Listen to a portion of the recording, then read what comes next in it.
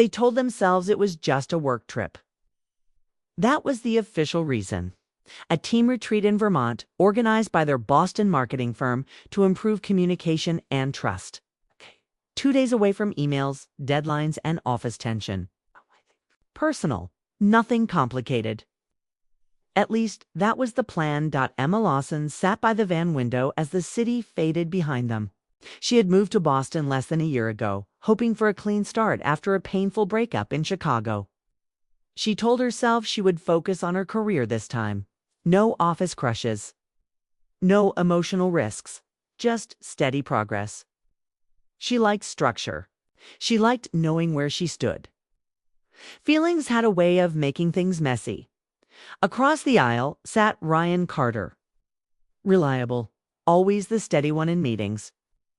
He had been with the company for 3 years and knew everyone well. He liked his routine, work hard, keep things professional.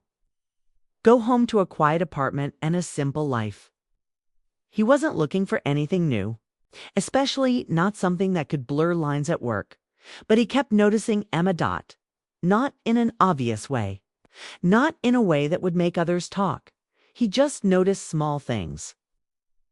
The way she tucked her hair behind her ear when she was thinking. The way she spoke with quiet confidence during presentations. The way her smile softened when she laughed at something genuine. He tried not to look too long. He tried not to let it mean anything. The road to Vermont was long and calm. Music played softly from the front. Their coworkers chatted, shared snacks, and joked about who would burn dinner at the cabin. Emma laughed along, but her thoughts drifted. She could feel Ryan's presence even without looking at him. It was strange. They had barely spent time alone together before this trip. Mostly short conversations near the coffee machine. Quick exchanges in meetings. Polite smiles. Yet something had been building when they arrived. The cabin was warm and welcoming, surrounded by tall trees and a quiet lake. The air felt clean and sharp. It was early fall, and the leaves were turning shades of orange and gold. The place felt peaceful, almost too peaceful. Like it was holding its breath. Mark, their team leader, gathered everyone in the living room. "This weekend is about connection," he said with a grin. "No phones tonight, just us." Everyone groaned playfully, but agreed. They unpacked, chose rooms, and quickly settled in. The cabin wasn't huge, so everyone shared common spaces. That meant shared cooking, shared games, shared conversations. No hiding behind office walls. Emma found herself in the kitchen with Ryan as dinner preparations began.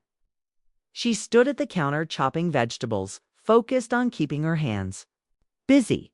Ryan stepped beside her to wash his hands and grab a cutting board. Their shoulders brushed lightly. It was small, accidental, but neither stepped away right away. "Sorry," he said, though his voice was calm. "It's okay," she replied, keeping her eyes on the cutting board. "We're in close quarters." There was a quiet tension between them, not uncomfortable, just aware. They worked side by side, passing ingredients back and forth. Their fingers touched briefly when reaching for the same bowl. This time they both pulled back quickly, almost at the same moment. They exchanged a short smile, the kind that said more than words. Dinner was loud and cheerful. Stories from past projects, jokes about clients, playful teasing. Emma felt relaxed. She hadn't realized how much she needed this break from routine. Every now and then she caught Ryan looking at her, not staring, just checking, as if making sure she was enjoying herself. After dinner, Mark announced a trust exercise. "Pair up," he said. One person blindfolded, the other guiding. People laughed and rolled their eyes, but they agreed. It was harmless fun. Emma looked around for a partner. And before she could overthink it, Ryan was standing in front of her. "Ready?" he asked. She nodded. "I guess." He tied the blindfold gently over her eyes. His fingers were careful, respectful. Still, she felt her heartbeat pick up. It was strange how something so simple could feel intense. When the blindfold covered her vision, she became more aware of everything else. The sound of his breathing, the warmth of his presence. "Okay," he said softly. "I've got you." He placed his hands lightly on her arms to guide her forward. They moved slowly through the living room, stepping around chairs and pillows. He gave clear instructions. Small step forward, good. Now a little to the left. She trusted his voice.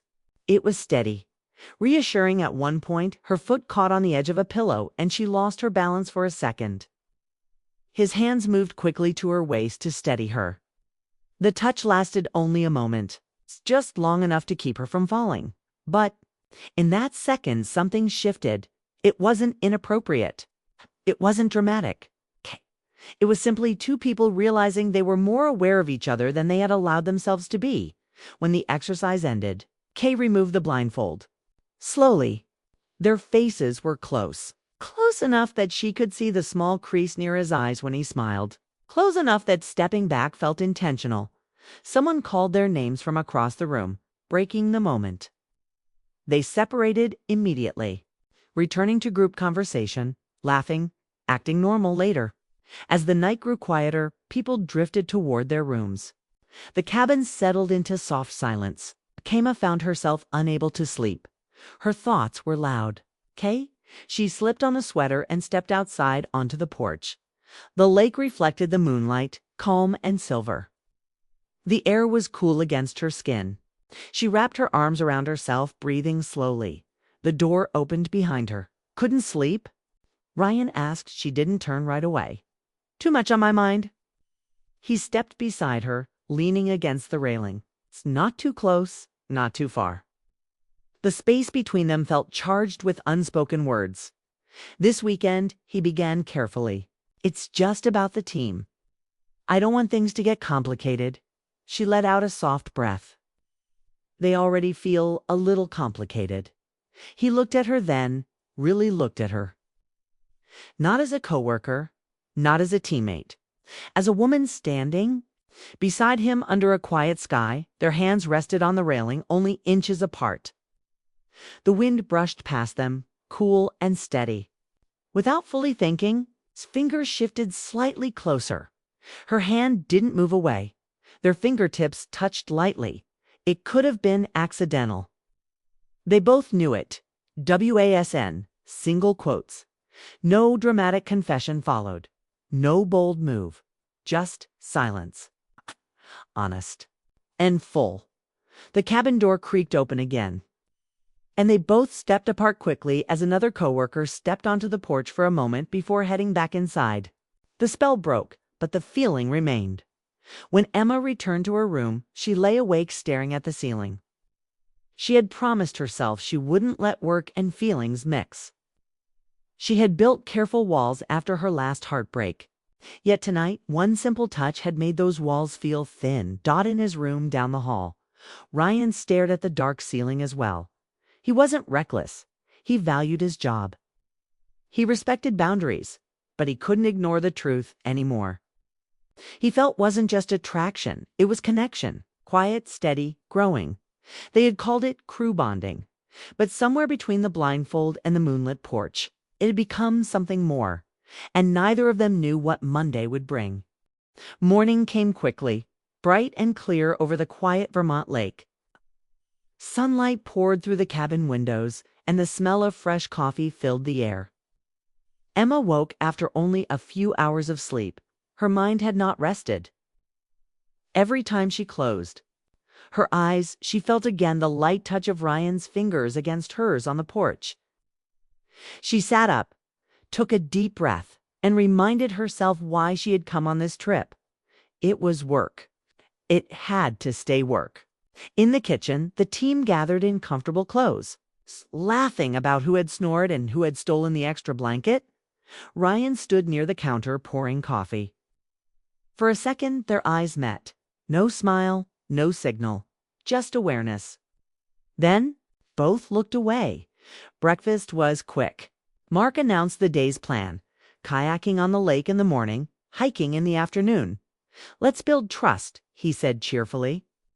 Emma volunteered to help carry life jackets down to the dock. Ryan followed with the paddles. They walked side by side on the narrow path through the trees. The ground was uneven with fallen leaves. Their arms brushed once, and this time neither apologized. The air between them felt calm but heavy, like a storm that refused to break. At the dock, everyone split into pairs for the kayaks. It happened naturally. Emma found herself standing beside Ryan again. "You okay with this?" he asked quietly. "Yes," she said, and she meant it. They pushed off from the dock and began paddling across the smooth water. The lake reflected the sky like glass. The only sounds were soft splashes from their paddles and distant laughter from coworkers. For a while, they focused on rhythm. Paddle, glide, breathe. "This place is beautiful," Emma said finally. "It is," Ryan replied. "Makes things feel clearer." She glanced at him. "Do they?" He didn't answer right away. "Sometimes being away from normal life makes you see what matters." Her heart beat faster at the quiet weight of his words. They drifted farther from the others, not too far, just enough to feel alone. The water rocked gently. Emma rested her paddle across the kayak and let her fingers trail across the surface. It was cold and real. She needed something real. "I don't want to create problems," she said softly. "I don't either," Ryan answered. "I care about this job. I care about the team." And he met her eyes. "And I care about how I feel when I'm around you." The honesty in his voice surprised her. It wasn't dramatic. It wasn't reckless. It was steady. She looked down. "At the water again?" "I moved here to start over. I promised myself I wouldn't mix feelings with work." "I know," he said. "I've tried to ignore this too." A quiet breeze moved across the lake. For a moment, neither spoke. "Maybe we don't have to ignore it," he added. "Maybe we just handle it like adults." She let that sit in her mind. No pressure, no rush. It's just honesty. When they paddled back toward the dock, the rest of the team was already climbing out, laughing and taking photos. Everything looked normal from the outside. No one could see the shift happening under the surface. Later during the hike, the trail narrowed as it climbed up a small hill. The ground was loose with gravel. Emma stepped carefully, but one stone slid under her shoe. She lost her balance for a split second. Ryan's hand caught hers quickly. "Got you," he said. This time she didn't pull away. Their hands stayed linked as they continued walking. It felt natural, not hidden, not dramatic, just two people, steadying each other. They walked like that for several steps before realizing they were still holding on. Emma glanced around. A few coworkers were ahead, chatting. Others were behind, taking pictures. No one seemed focused on them. Still, the moment felt private. She slowly loosened her grip, but their fingers brushed again before separating. That small contact sent warmth through her chest. At the top of the hill, the team paused to admire the view. The trees stretched out in waves of orange and gold. The lake shimmered below. Ryan stood beside her, close enough that their shoulders almost touched. "I don't want this to be a secret," he said quietly, eyes still on the horizon. She looked at him, surprised. "What do you mean? I don't want whispers in the office?" "I don't want it to look careless. If we decide to explore this, we do it the right way." His words felt solid, safe. "You're thinking long term," she said. "I'm thinking respectful," he answered. That mattered to her more than he knew. On the way back down the trail, they walked with a bit more space between them, careful in front of others. But the tension had shifted into something calmer. Less confusion, more understanding. That afternoon, the group relaxed by the dock again. Some people read books, others played cards inside. Emma sat at the edge of the wooden dock, her feet skimming the water. The cool lake sent small ripples around her ankles. Ryan joined her quietly. For a moment, neither spoke. The quiet felt easier now. "This isn't simple," she said. "No," he agreed. "But not everything good is simple." She studied his face. There was no pressure there. No impatience, just steady intention. "What happens when we go back to Boston?" she asked. "We go back to work," he said. We stay professional. We don't make anyone uncomfortable. Outside of work, he took a breath. Outside of work, we see where this goes. Slowly, publicly, no hiding. Her heart softened at that. He wasn't asking for secret late-night messages or stolen moments in empty conference rooms. He was offering something real. "You're sure?" she asked. "I'm sure I don't want to pretend this isn't happening," he said. The breeze lifted a strand of her hair, and without thinking, he gently brushed it away from her face. The gesture was small and respectful. His hand dropped back to his side immediately after. Her pulse quickened, but she didn't step back. "Ryan," she said softly, testing the sound of his name in this new space between them. "Yes, I'm not uncomfortable." A quiet smile touched his lips. Not triumphant, not dramatic, just relieved. Slowly, he placed his hand on the dock between them. He didn't reach for her, he simply left the space open. After a second, she slid her hand over his. Their fingers intertwined naturally, without urgency. It felt steady, certain. No one cheered, no one gasped. The world didn't shift. But inside her, something settled into place. When the team called them back inside for dinner, they stood together. Their hands separated easily, not in panic, just in understanding. They would choose their moments wisely. That evening, the mood in the cabin was warm and relaxed. Board games, soft music, easy conversation. Emma and Ryan didn't sit pressed together. They didn't draw attention. But their glances carried meaning now. A quiet agreement. The next morning came too fast. Bags were packed. The van waited. Outside, the weekend air felt cooler, as if reminding them that real life was close. Emma stood beside the van, holding her jacket tightly. "What happens now?" she asked him again, needing to hear it clearly. "We take this one step at a time," he said. "We protect our work, and we protect whatever this is." She searched his face for doubt and found none of that. "And if it gets complicated?" she asked. "Then we talk," he said. "We don't run." That answer meant more than any dramatic promise. They climbed into the van.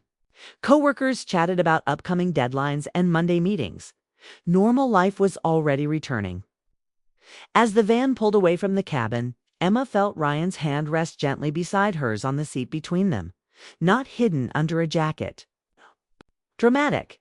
She turned her hands slightly. Their fingers linked. No one seemed to notice. Outside, the trees blurred past in waves of color. Inside, something new had quietly begun. They had called it crew bonding. But now it was more than that. It was two adults choosing honesty over fear. Choosing patience over impulse. Choosing something real, even if it required care. And as Boston's skyline slowly came back into view hours later, neither of them felt unsure anymore. Whatever waited on Monday, they would face it together.